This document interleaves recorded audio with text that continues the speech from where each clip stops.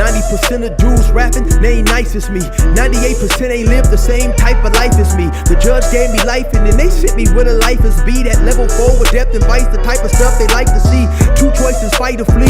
I refuse to die a chump. I never been a mark, but damn, it's scary when that riot jump. I seen dudes cry, get punked, or some sexually brutalized. Knew a dude who lost his life and he was only doing 5 year-long racial fights when homie all you do is ride. Lonely days and nights up in a hole causing suicide. From the moment you arrive, you see the Mexican mafia, AB skinheads with big giant swastikas, pro-black philosophers, the BGF, the Kumi, and Muslims who will murk you from the nation to the Sunni. That MS was loony, quick to ride up on they rival. Even Christians went to church, hide knives up in a Bible. Political and tribal, the Crips and Damus, the Long Beach, the Hubs and the Dubs and the Grooves, the IE, the Bakersfield, the Dago Pyrus, the hustlers quick to roll, the gangsters gon' move. Whatever click you choose, you better stick.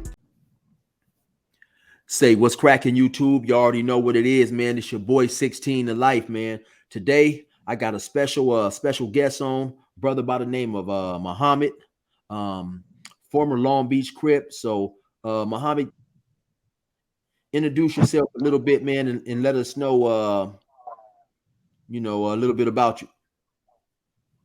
My name is Brother Muhammad. Grew up in Long Beach, California, on the east side. Grew up in the 90s, you know, right when the pick a gangbang was really at its peak, and the gang activity is really at its highest. Mm-hmm. And so you say you grew up in the 90s, so you was basically like born somewhere around the 80s? I was born in 1980. Okay. And so you got brothers and sisters, or how what was it like growing up for you? I have 3 sisters and 2 brothers. I'm the third. Okay. Single parent. You know, mom tried to do her best to keep us all on the straight path, but I'm the only knucklehead out the family that ever been in jail, that ever, you know, got in the streets or anything. All my other brothers and sisters is what they call squares, which is good. Right. Most definitely. So by you saying that, you know, you're pretty much the only one who was getting into trouble and stuff, what you think like basically influenced you to start hanging in the streets and just becoming involved in that street type of life? My environment, you know, I mean, I had the good, you know, teaching at home, but when I went outside, you know what I'm saying, I saw certain things that, you know, I was attracted to. You know, the guys in the neighborhood with the cars and the money and the women and the reputation. When they pull up, everybody flock to their car. You know, or when they, you know, they come on the block, they got 10, 15, 20 dudes flocking behind them. You know, that was intriguing to me. Right. And then, like you said, if you was born in the 80s, so the 90s, you're about 10, somewhere around there. That's when you know, that's when crack cocaine is booming, dudes is selling drugs, got the nice cars and all that type of stuff. And yeah, man. And then, you know, going outside, probably having conversations with dudes your age. You know, a lot of dudes wanted to be like, you know, a lot of people, including myself, we wanted to be like people we saw in the hood, man. Right. And so how old do you think you were when you started, when you hopped off the porch, as they say, you know, and started becoming involved in a little bit of the, you know, the things that was going on in your neighborhood? About 11 or 12. About 11 or 12. And so yeah. At that time, did you actually start representing or at least claiming the neighborhood gang? Yes, yeah. You know, you claim the set before you actually get put on. Right. Because like you say, you grew up, it's there, you know, that's what you hear people saying every day. And right. So I grew up in my neighborhood, so right. So people and that's what I was gonna ask you. People always ask me, man, what made me choose to join the gang? And I try to explain that sometimes it's not really like we chose to join the gang. You know, we've grown up for so long with the same people. It's just that as we get older, we continue to do what we've always been doing and being around who we've always been around. But now some of the activities get a little bit more serious. So was it like that for you, or what influenced you to join? Well, I got a couple of older cousins. My family is real reputable in Long Beach. So I had a few older cousins, you know, that are real known and that were in the streets, but they were already, you know, in and out of jail but just Right. pretty much their environment. But no, I didn't really look at it as joining the gang. It was these are my friends. I've been knowing these people since first, second grade. I didn't slept in the same bed with these people. You know what I mean? They came to my house and we didn't split 50-cent sodas. And if I got a peanut butter sandwich, half of it is yours. About what age did you were you before you got put on? I got put on when I was 13. And now, by you being born and raised in the area that you grew up in, how did that work? Did you just start claiming the hood, or did you have to, get a like a physical, did you have to squab with some cats? Because it works differently sometimes. So how was Nah, it in nah, it wasn't that, nah, just because my cousins is, you know, I had to, I wouldn't been respected. I didn't want it like that either. I mean, right, I could have just, walked on, but oh, is he, because his cousins, you know how it is, I didn't want right, that. I right. wanted so I wanted to earn it. So you wanted to get on pretty much like everybody else. Yes, sir. Yes, sir. Right. So what was it like when you got put on? Did you have to squabble with one cat? It was a few cats. What was your initiation process like? I had two people, one on one, two people. Right. Now, as with a lot of gangs, the because you was from Long Beach Insane, right? Yes, sir. And as with a lot of gangs, sometimes the people that we beefing with, we was once childhood friends with. I mean, they live in close proximity. So what was that like? Because I understand that your hood and in the hood that you guys don't get along with at times or whatever is pretty much right there. So what was it like? Growing up, going to school with these people, and then later on, you kind of into it with these people just because you guys happen to be from two different areas now or hoods. It's crazy because it's so many man, so much family intertwined, so it's kind of crazy. But then you kind of give each other a pass, you know what I mean? Because we grew up with each other, so it's tricky. It's kind of crazy, you know what I'm saying? This individual, we grew up together, you know what I'm saying? Me and you grew up together from elementary or whatever. So I may give you a pass, you know what I mean? But I'm with another Right. homie that you didn't grow with, and he may be on your head, and I can't tell him, hey man, I grew up with, you know what I'm saying? So it gets tricky, you know what I'm saying? Right. And so did you have any homies like that where you were like where you guys was good friends growing up when you was little, at the little league age or the Pop Warner age, and then you guys happened to come, became from two different territories, and so like you just mentioned, you from your hood, he from his, but when you guys see each other, you guys are still, it was still all love between you two. Oh yeah, yeah, of course, of course. I actually grew up with more cash from the other side than I did my homies. Right. Growing Right. up, I hung out with more, even though I grew up in my neighborhood, going to school, I hung out with more 20s than I did Insanes. Now, when you say and when you say the other side and stuff, how far like is the actual other side from like your area? Yeah, explain to the people who don't know how close you guys are to each other. Like, how long would it take you to get to the rival territory? Man, Insanes and 20s is so close, bro. You can't even call it really the other side because there's really no streets on the east side where Insanes and 20s don't congregate. You know what I'm saying? So it's Right. crazy. It's crazy, bro. It's crazy. So basically, on the same streets, you could have different Definitely. people, different people from rival hoods, because you're basically saying that Definitely. it's no territory that distinguishes your block from their block. It's all intertwined. It just We kicking on a lot of but now probably with the younger generation with it's probably not as such as like that now, but definitely in my day it was definitely like that. You would definitely roll up on 21st and Cerritos and see Insanes and 20s congregating mm, out there together. Definitely. And so let me ask you this: did you ever happen to have a real close partner, or you know, someone you kind of like, you know, kicked it with and cared about a little bit, and he happened to be from the other side, and he ended up passing away through gang violence? Yes. And so how did you feel about that? Like, you know, due to the fact that he was from the other side, but you know, he was your partner when y'all was growing up. Man, it still hurt. You know what I'm saying? And you conflicted because, but that's still the homie. You know what I mean? Like I said, Yeah, we didn't slept in the bed to, you know what I mean? Slept in the same right. bed together, man. You know what I mean? I done ate at your house, you done ate at my house. I call your mama mama, you call my mama mama. Yeah, that's like you say, it's crazy, man, and it gets deep.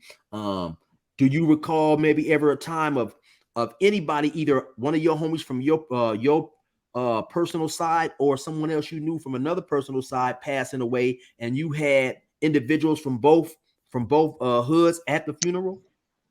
Oh, definitely. Definitely. Mm, yeah, Definitely. Definitely. yeah, that's, you know, Definitely. that's like you say, that's deep, and it's extremely interesting because so many different hoods, whether in California, Chicago, whatever, you know, a lot of these people, we grow up knowing the other people, you know, and it just Right. whatever path we choose, and it's like you say, it's so much intertwined, and a lot of times even family members from both sides, you know. And Right, man.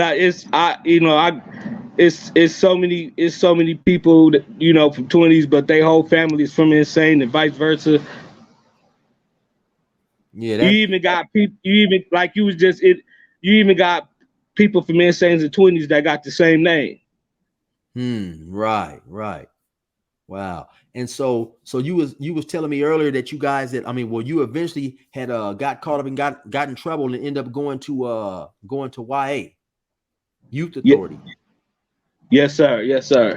which is like for people who, you know, who are watching, who may not know, why don't you explain to them what a Youth Authority, California Youth Authority is? Well, California Youth Authority is pretty much prison for juveniles. You know what I mean? Until you turn 18, uh, you know, you can be well. Actually, you can be in YA all the way up until you 25. But Mm, that's pretty much what YA is. Prison for juveniles is wild. It's crazy.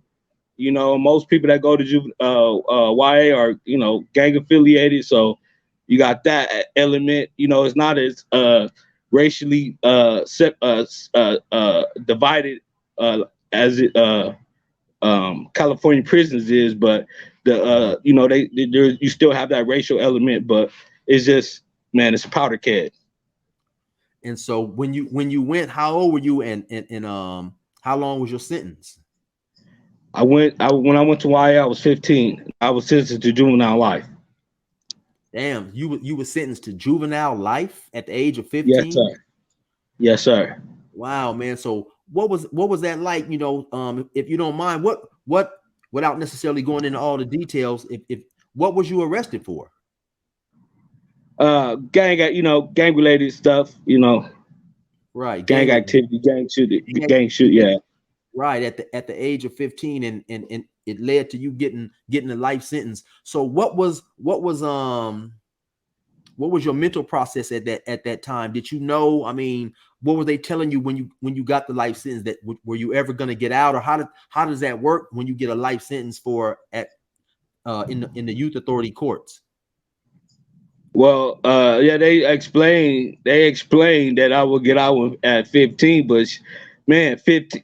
I mean, at 25, but 25 when you 15, that man, Right, that sound like forever. You know what I'm saying? Like right, 20, like right. man, like you know, my mama fainted in the courtroom. Wow.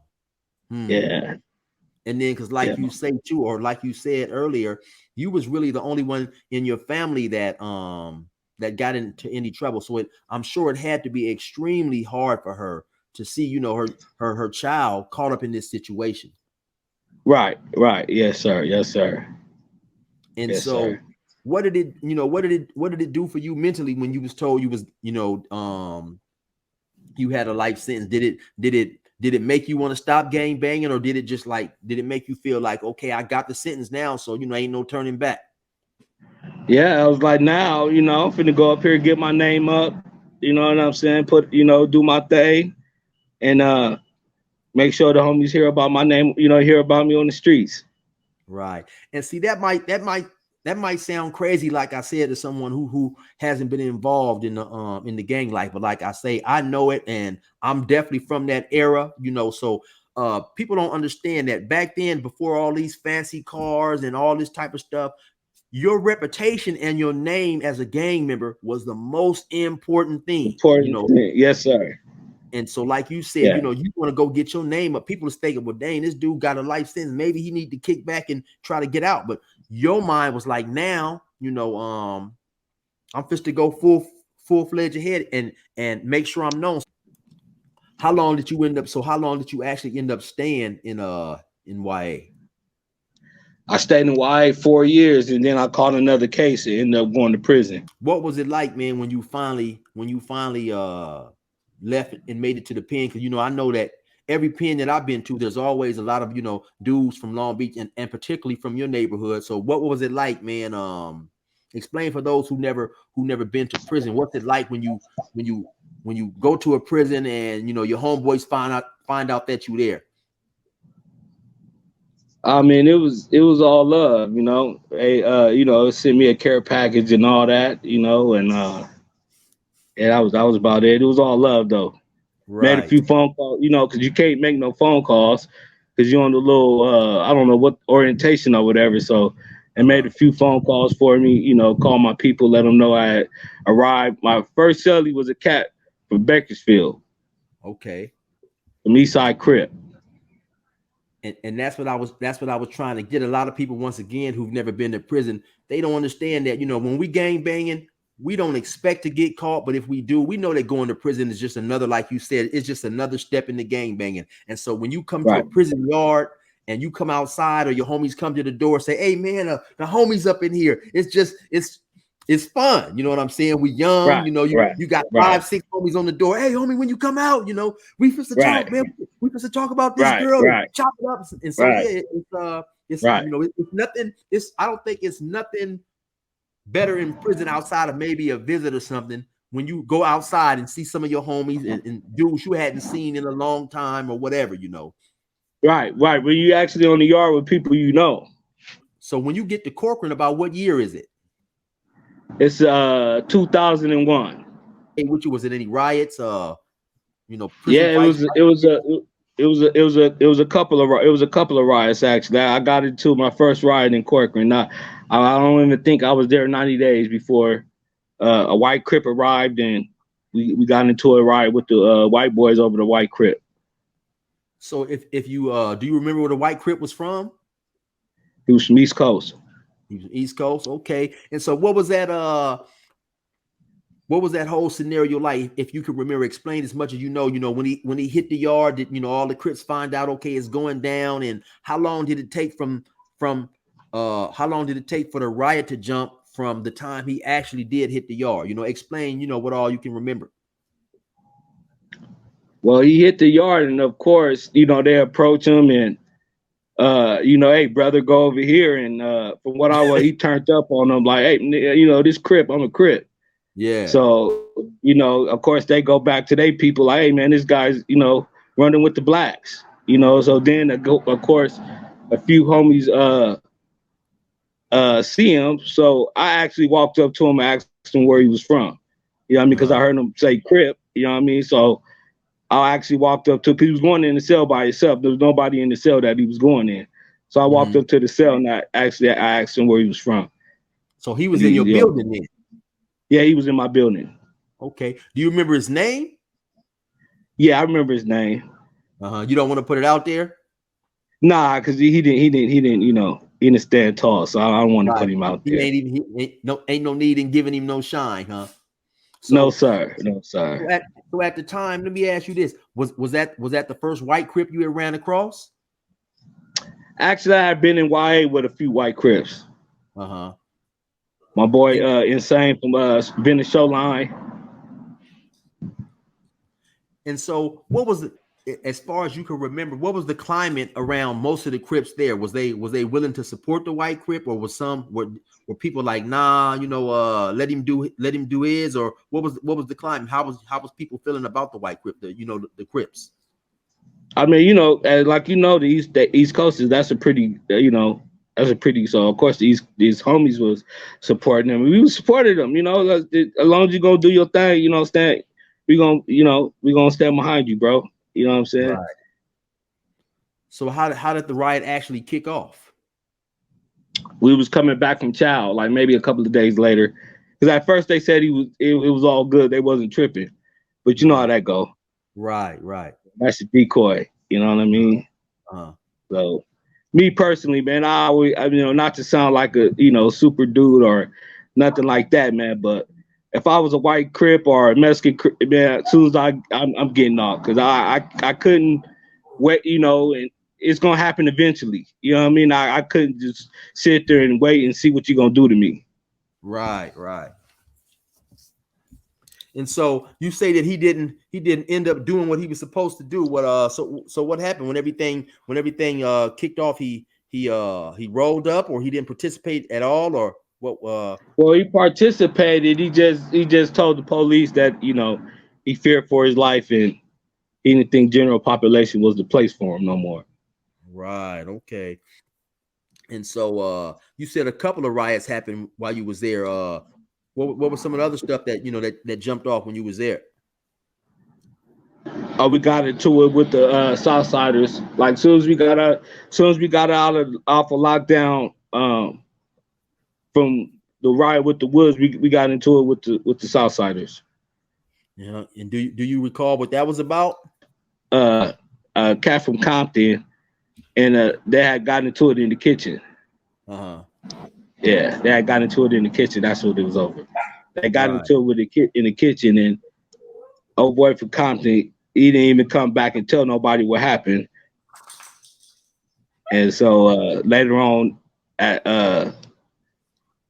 the next unlock, they took off. So what ended up happening after you did your time at Corcoran? Did you end up going home, or you hit some other spots, or? No, I paroled from Corcoran. Yeah, I paroled from Corcoran. So how old was you when you finally paroled? I was 22.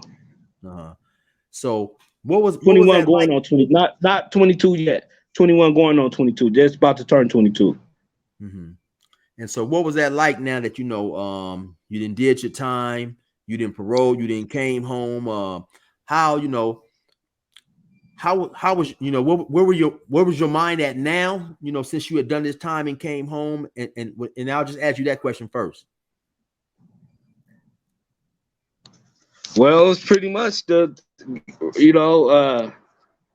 actually, I'm not. When I got out, I had all the good intentions. You know what I'm saying? But when I got out, I went right back to the set and fell right back in pattern of my old behavior. I had all the good intentions.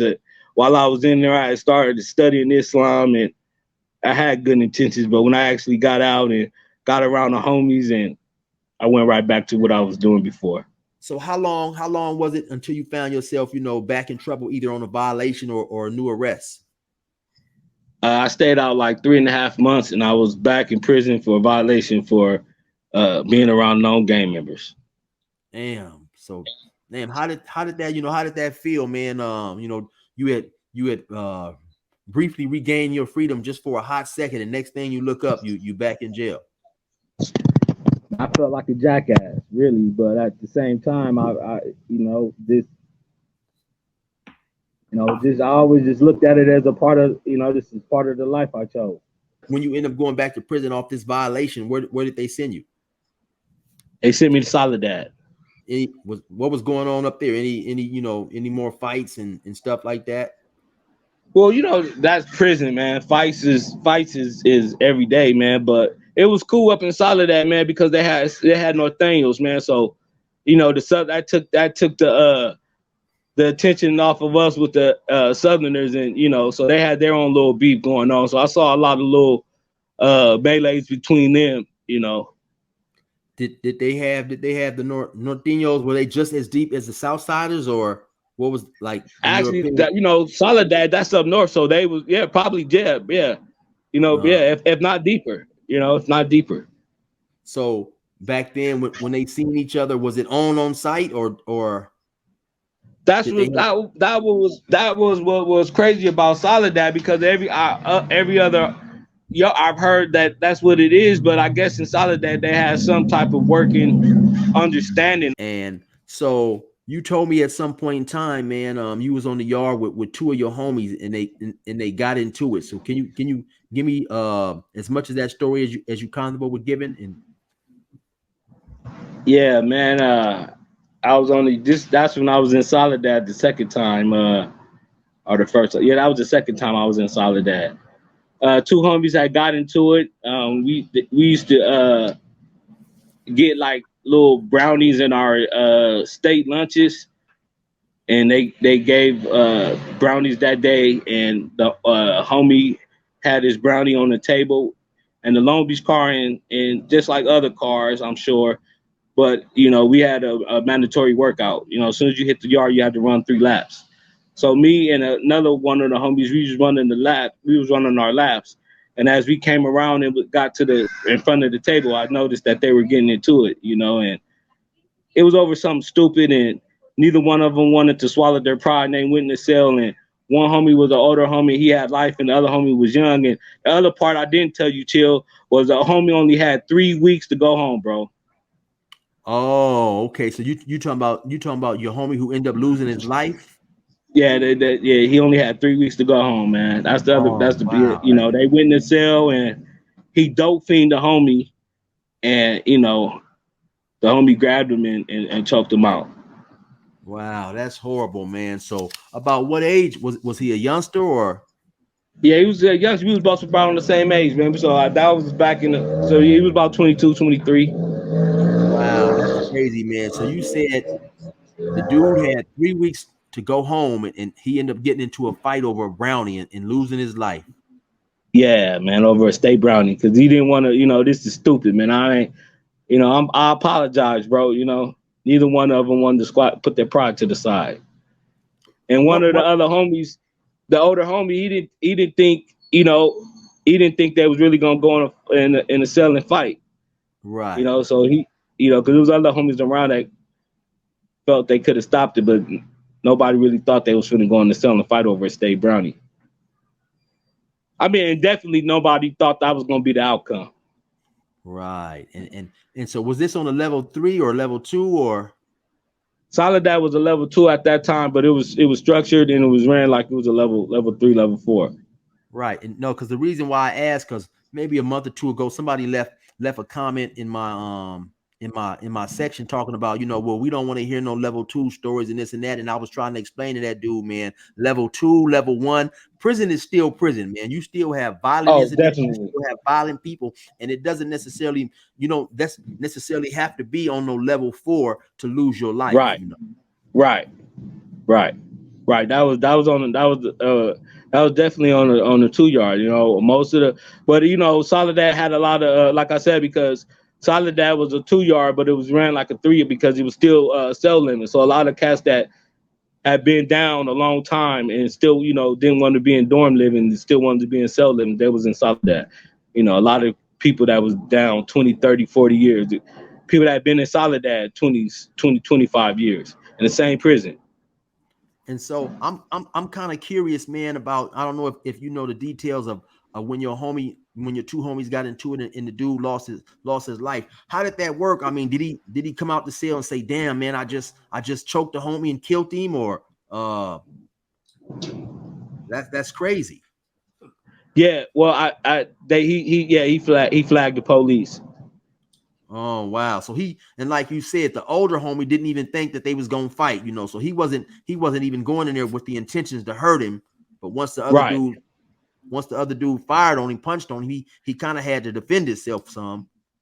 Right. And then he probably felt, damn, you gonna dope fiend me? We homies. You gonna dope fiend me? You ain't gonna give me, you know what I mean? Right. And so, but they used to have they used to, and this is something, everybody from the same gang don't necessarily get along with each other. And so do you know what ended up happening to the older homie who choked the dude out? Well, he already had life, so I think they gave him another life sentence, and he went on to the courtroom shoot. Have you heard any more about him? Do you know if he's free or as far as you know, he's still incarcerated? Oh, he's still incarcerated. Mm-hmm. Wow, man, that's definitely crazy, man. Last I heard, he was in Calipat. And so what? You had mentioned something about you had seen the Southsiders one time get into it and take off on the COs.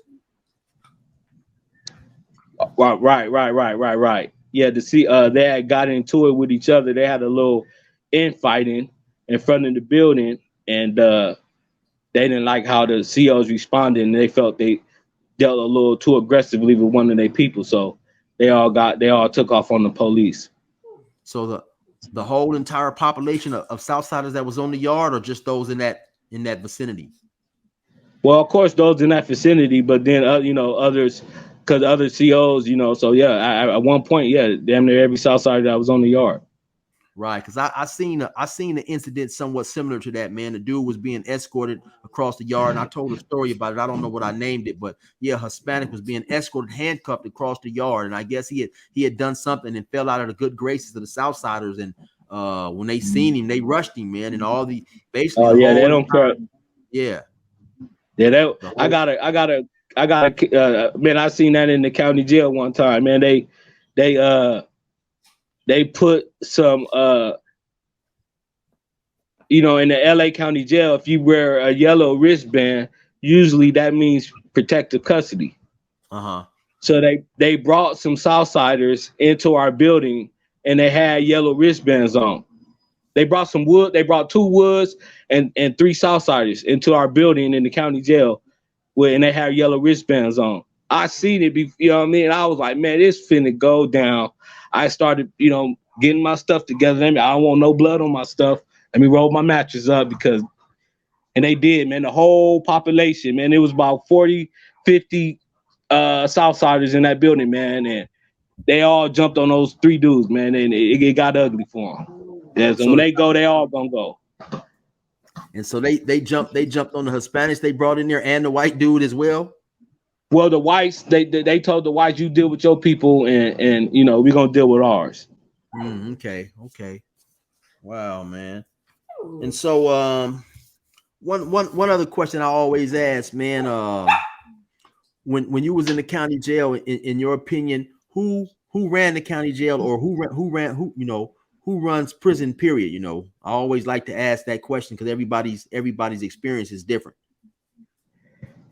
I would say nobody runs prison, man. No one race runs prisons. No one race runs the county jail. Of course, the Southerners, the Southsiders are more organized. So with organization comes more power. You know what I'm saying? But who runs it? They don't dictate our program. We don't dictate their program. Everybody just trying to do their time and, worry about their own. You know what I mean? So I would say nobody runs the prisons. We're all just trying to do our own thing. Well, as long as what the Southsiders is doing doesn't impede on what we doing, we ain't worried about them, and vice versa. Okay. And so, you mentioned earlier, man, that you would end up converting to Islam and stuff. How did that come about? Yeah, like I was said through when I was in even when I was in YA, I was studying Islam, and then when I got out, the last time when I got out, I just decided to really make that decision and make that leap. Mm-hmm. And so how long have you been out now? I haven't been in prison since 2017. Oh, okay. So that's what's up, man. So you basically just out living, enjoying life, huh? Yes, sir. I know that definitely feels good, man. And so is there anything else you'd like to say before we wrap up? Yeah, man. You talk about, people that you may lose when you in jail because life goes on, life, people, I lost my mother while I was incarcerated.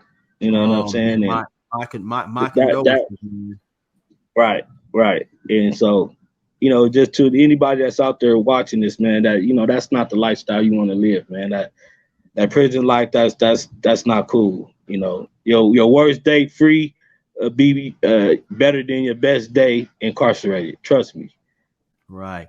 And so and I don't know. I mean, it's up to you, man, because I know that's definitely an extremely sensitive subject, man. But like you say, for the youngsters out there that may watch and stuff, and we don't consider all these things, when we out there running around gang banging or even selling drugs or doing anything that can potentially lead us to prison, we don't realize that when something happens, when we go to prison, you can't control what may happen, and then when Right. you're not even there to be with your family and all that type of stuff. So what was that like for you being in prison, man, and hearing such, saddening news like that?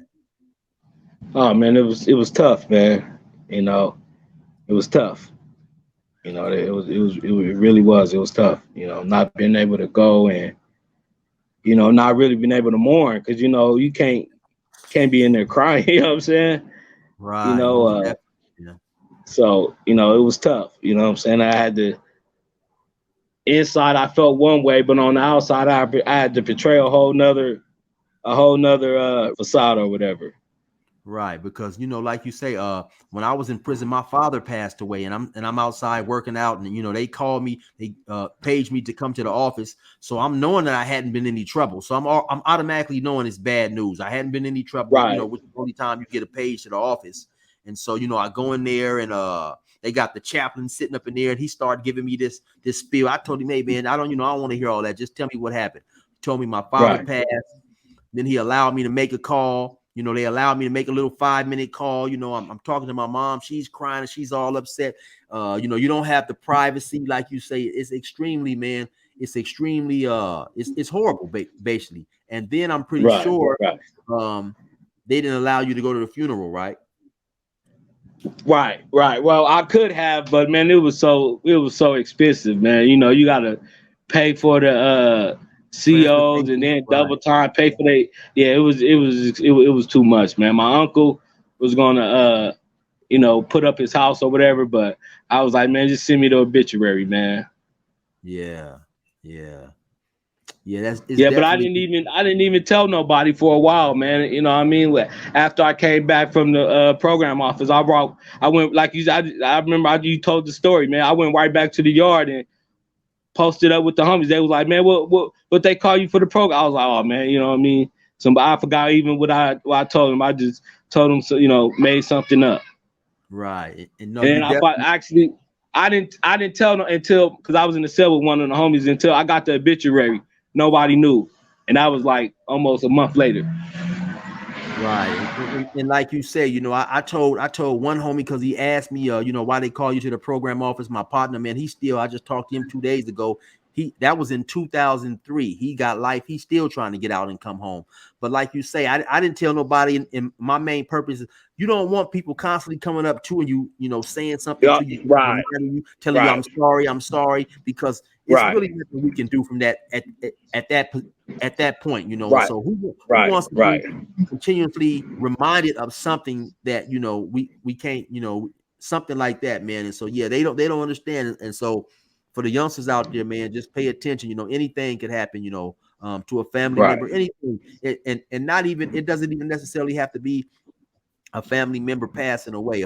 Something could happen, and you'll definitely feel that if you had been out, you could have prevented it or protected them. And maybe you really might not be able to have done so, but you will at least feel like that. It's you know most definitely. And being in in prison.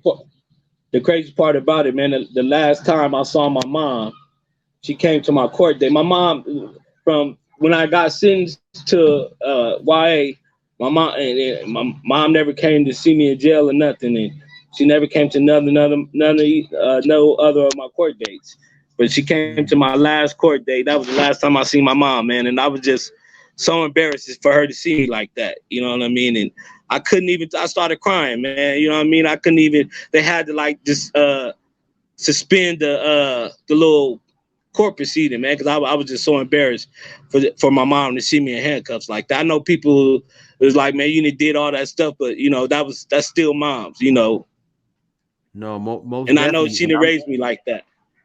Most definitely, man. And I'm just assuming that's probably why she didn't visit, because it hurt her to see you like that, you know. And that's another thing, man. We don't realize the pain, the misery, and also the embarrassment we put on our children, because I mean our parents, because like you say, they didn't raise us like that. So for them, it's older. I mean, it's embarrassing to, you know, be talking to their friends and let them know, you know, Jimmy or Marcus or Kelvin or whoever is in prison, you know, because like you say, man, being born in the 80s, you know, we came from a different generation, man, and you know, our parents was different from the parents of the day, you know, and so. Another thing we have to realize, man, that you know, we definitely hurt others around us, you know, and I'm sure you didn't realize it, or you may have, but your brothers, your sisters, everybody is missing, you know, in your absence.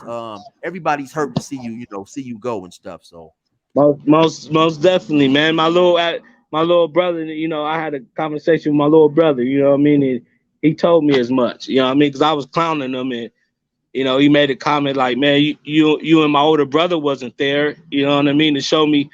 So I was like, okay, well, damn, you're right. Yeah. We like I say, man, we don't realize whose lives that we affect, man.